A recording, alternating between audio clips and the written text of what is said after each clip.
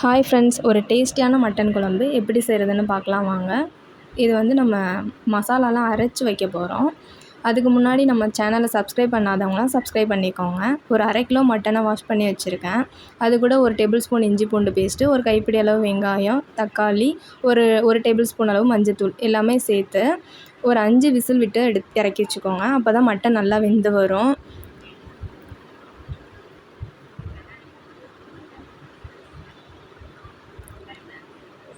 ஒரு கடாய் அடுப்பில் வச்சுட்டு ஒரு 2 டேபிள் ஸ்பூன் மல்லி ஆட் பண்ணி நல்லா வாசனை வர்ற அளவுக்கு வறுத்துக்கோங்க. கருக விட்டுறாதீங்க. நல்லா வாசனை வர அளவுக்கு வறுத்துட்டு இது கூடவே ஒரு 7, 8 மிளகாய் ஆட் பண்ணி அதையும் வறுத்துக்கோங்க. நம்ம காரத்துக்கு இதுதான், இந்த மிளகாய் தான். நம்ம பொடி எதுவும் தனியாக சேர்க்க போகிறது கிடையாது. அதனால் நல்லா வறுத்து எடுத்துக்கோங்க. இது கூடவே ஒரு 1/2 டேபிள் ஸ்பூன் மிளகு, ஜீரகம், சோம்பு, பட்டை, கிராம்பு இது எல்லாமே இந்த மசாலா ஸ்பைசஸ் எல்லாமே ஆட் பண்ணிக்கோங்க. எல்லாமே ஆட் பண்ணி நல்லா வறுத்துக்கோங்க. இதெல்லாமே வறுத்து ஒரு மிக்சர் ஜாரில் சேர்த்து இதை ஃபைன் பேஸ்ட்டாக நம்ம அரைச்சிக்க போகிறோம்.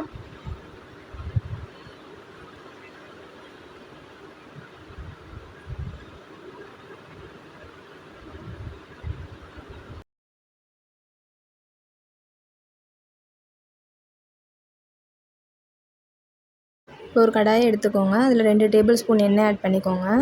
இப்போ மசாலா ஸ்பைசஸ்லாம் ஆட் பண்ணி தாளிச்சிக்கோங்க.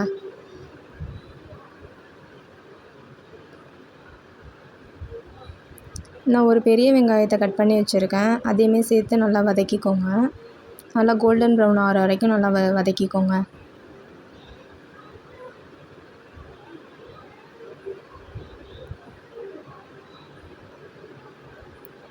இது நல்லா வதங்கட்டும். ஒரு கைப்பிடி அளவு கருவேப்பிலையை சேர்த்து அதையும் நல்லா வதக்கிக்கோங்க.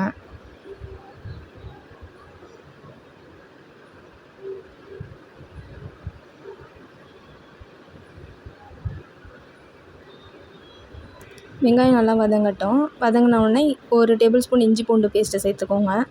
அதையும் சேர்த்து நல்லா வதக்கிக்கோங்க. இஞ்சி பூண்டு பேஸ்ட்டோட பச்சை ஸ்மெல் போகிற அளவுக்கு நல்லா வதக்கிக்கோங்க.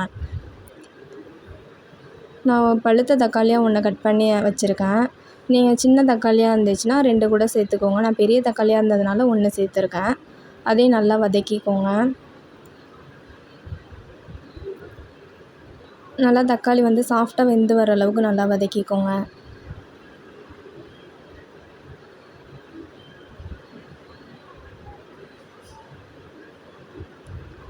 உப்பையும் ஆட் பண்ணி நல்லா வதக்கிக்கோங்க. அப்போ தான் தக்காளி நல்லா வெந்து வரும்.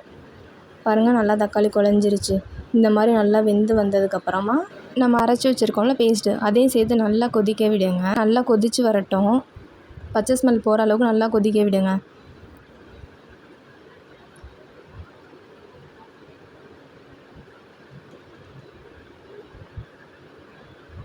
பாருங்கள், நல்லா கொதிச்சிருச்சு.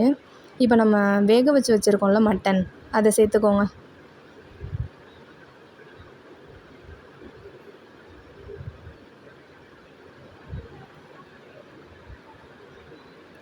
மட்டன் நல்லா வெந்து வரட்டும். அந்த மசாலாலாம் எல்லாமே இந்த மட்டனில் இறங்கட்டும். மூடி போட்டு ஒரு 10 நிமிஷம் நல்லா கொதிக்க விடுங்க.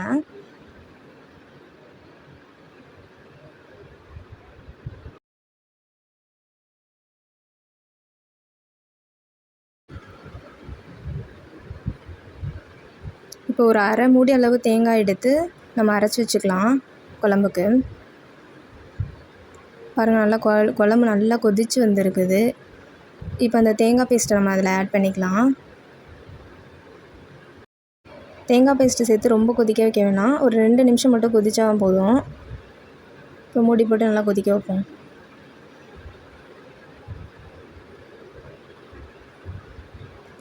பாருங்கள், நல்லா எண்ணெய் பிரிஞ்சு வந்திருக்கு. நல்லா கறியும் நல்லா சாஃப்டாக வெந்திருக்குது.